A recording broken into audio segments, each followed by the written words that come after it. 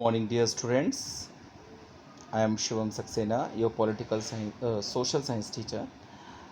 In the previous module, we have discussed about two major points of the chapter, that is French Revolution. The first, we have discussed how the absolute monarchs governed on the France. Okay? And the next, we have discussed about the economic solution and situation of France. कि France की economic situation क्या थी. ठीक है. Today in this module we will cover France is bankrupt, यानी bankrupt कैसे हुआ France, कैसे फ्रांस की इकॉनमी पूरी तरीक़ों से क्लैश हो गई, पूरी तरीक़ों से क्रैश हो गई, और उसके बाद उस इकॉनमी को रिकवर करने के लिए फ्रांस के किंग ने क्या डिसीज़न लिया, और वही डिसीज़न आके एक बड़ा रीज़न बना फ्रेंच रेवोल्यूशन का. तो ऐसी बेसिक चीज़ें हम लोग डिस्कस करेंगे. तो जनरली एडमिनिस्ट्रेशन और अदर थिंग्स में बहुत सारे एक्सपेंडिचर होते हैं. तो हम यहाँ देखेंगे कि ऐसा क्या था जिसकी वजह से फ्रांस को बैंकक्रप्ट की सिचुएशन में आना पड़ गया. तो पहला क्या है, the Louis 16 lavished money on himself and residence like vessels.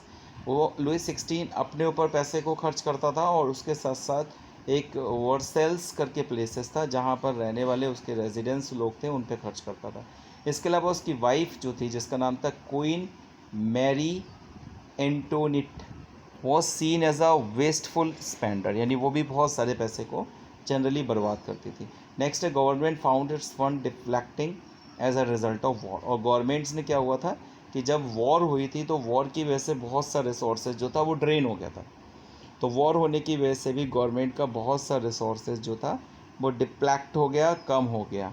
ठीक है, जिसकी वजह से जो अमेरिकन रेवोल्यूशनर थे उनको सपोर्ट किया, कुछ अमेरिकन कॉलोनीज़ को सपोर्ट करते थे ये लोग.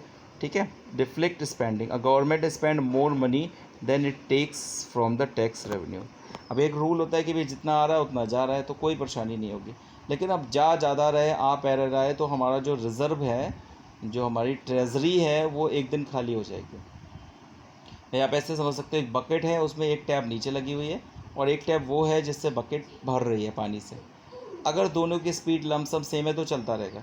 अब आपने ऊपर वाली टैप को हल्का सा खोला है, और जो बॉटम वाली टैप है आउटलेट वाली जिससे पानी बाहर जाएगा, वो तेज़ी से खोल दिया, तो क्या आएगा, एक सिचुएशन होगी, आपका बकेट जो है वो खाली हो जाएगी. तो वही कंडीशन थी कि जो ट्रेजरी में रिज़र्व था उसको वॉर के नाम पे, अमेरिकन कॉलोनीज़ को सपोर्ट के नाम पे, और इसके अलावा जनरल एडमिनिस्ट्रेटिव एक्सपेंडिचर के नाम पे उसको वेस्ट किया गया, और रेवेन्यू से ज़्यादा उसको जब यूज़ करने लगा तो एक दिन आया कि जो पूरा ट्रेज़र था वो पूरी तरीक़ों से खाली हो गया.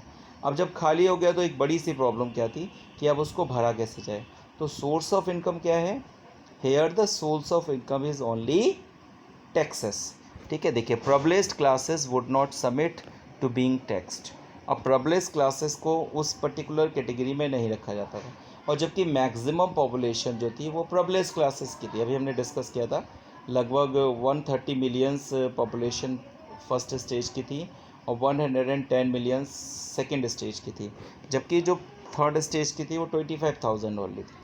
तो प्रिविलेज्ड क्लासेस टैक्स जनरली पे नहीं करते थे. तो दिस वाज द प्रॉब्लम. ठीक है, तो अगर हम long terms causes of French revolution evaluate करें तो ये नहीं था कि एक दिन में ही फ्रेंच रेवोल्यूशन हो गया कि उसने टैक्स बढ़ाने का डिसीज़न लिया लुइस 16 ने, और उसने उसके डिसीज़न की वजह से रेवोल्यूशन. नो, ये एक लॉन्ग टर्म प्रोसेस है कि एक लंबे समय तक लोग उस चीज़ की परेशानियों को झेलते रहे, उस पर्टिकुलर डिप्रेशन को मैनेज करते रहे. लेकिन जब वो हाइपर डिप्रेशन की सिचुएशन आ गई तब वो रेवोल्यूशन की सिचुएशन थी. तो देखिए, यहाँ पर एवरीथिंग प्रीवियसली डिस्कस्ड, जैसे एब्ट्यूजलिज्म हम लोग ने प्रीवियसली डिस्कस किया, अनजस्ट सोशल पॉलिटिकल सिस्टम था कि भाई कोई टैक्स दे रहा है, कोई नहीं दे रहा है. उसके बाद poor harvest which left the, देखिए ये कुछ बेसिक रीजंस थे जिनकी वजह से जनरली रेवोल्यूशन हुआ, कि भाई बार बार हार्वेस्टिंग प्रॉब्लम हो जाती थी. जो जो पीजेंट, जो टैक्स पेयर था, उसको अपनी खाने का खर्चा नहीं निकाल पा रहा है, तो वो आगे की प्रॉब्लम्स को कैसे रिजॉल्व करे. तो दिस वाज जनरली रीजंस. इसके अलावा कुछ फिलोसफर्स भी थे जिन्होंने उस सिस्टम को एनलाइट किया. ठीक है, system of mercantilism which strict the trades, trades को स्ट्रिक्शंस था, ट्रेड पे बहुत सारे वेरियस लगे हुए थे, वेरिएशंस थे. ठीक है, influences of other successive revolutions, उस टाइम पे कुछ पर्टिकुलर छोटे मोटे रेवोल्यूशन, जैसे इंग्लैंड के ग्लोरियस रेवोल्यूशन था, या जैसे मैंने आपको बताया अमेरिकन रेवोल्यूशंस था, बट वो ब्रॉड लेवल पे नहीं हुए थे, छोटे मोटे रेवोल्यूशंस थे। जब वो सक्सेसफुल हुए तो फिर यहाँ के लोगों के माइंड में भी एक माइंड सेट हुआ कि भाई जब ये छोटे मोटे रेवोल्यूशन सक्सेसफुल हो सकते हैं तो भाई हम क्यों नहीं हो सकते। ये एक लॉन्ग टर्म प्रोसेस था। लॉन्ग टर्म्स का मतलब एक लंबे समय से लोगों के माइंड के अंदर वो चीज़ें बैठी हुई थी, और बैठने की वजह से फिर वो चीज़ें धीरे धीरे धीरे धीरे, यानी एक छोटी सी चिंगारी जो थी वो ब्लास्ट की तरह फैलना शुरू हो गई। अब हम बात करेंगे short term causes of the French revolution. अगर हम शॉर्ट टर्म्स की बात करते हैं तो शॉर्ट टर्म्स का ये रीज़न ये है, देखिए बिना लॉन्ग टर्म्स के शॉर्ट टर्म्स का कोई लॉजिक नहीं है, क्योंकि जब तक फ्लक्चुएशंस या कोई भी पर्सन एक लंबे समय तक फ्रस्ट्रेट नहीं होगा उस प्रॉब्लम को लेकर, तब तक वो रेवोल्यूशन के लिए तैयार नहीं होगा। कोई भी ऐसा नहीं होगा कि आज कुछ गलत हो गया तो क्या होगा, हर इंसान का अपना पेशेंट लेवल है, तो वो उस चीज़ को एक लंबे समय तक मैनेज करेगा, एक फेवरेबल कंडीशन आने तक मैनेज करेगा। जैसे एग्जांपल के लिए मान के चलो कि इंडिया में जब एपिडेमिक आई,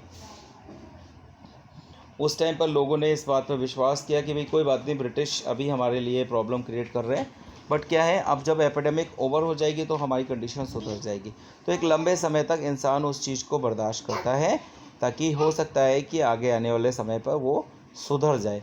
लेकिन जब एक लंबे समय से वो डिप्रेस्ड होता जा रहा है और उसके बाद भी वो कंडीशन नहीं सुधर रही है, तब वो रेवोल्यूशन जनरली करता है और रेवोल्यूशन की तरफ बेसिकली अपने स्टेप्स बढ़ाता है। ठीक है, तो आई थिंक ये टॉपिक क्लियर है सारे बच्चों को। अगर कोई भी डाउट है, if you have any doubt and problem, you can simply write in comment box. ठीक है, थैंक यू वेरी मच।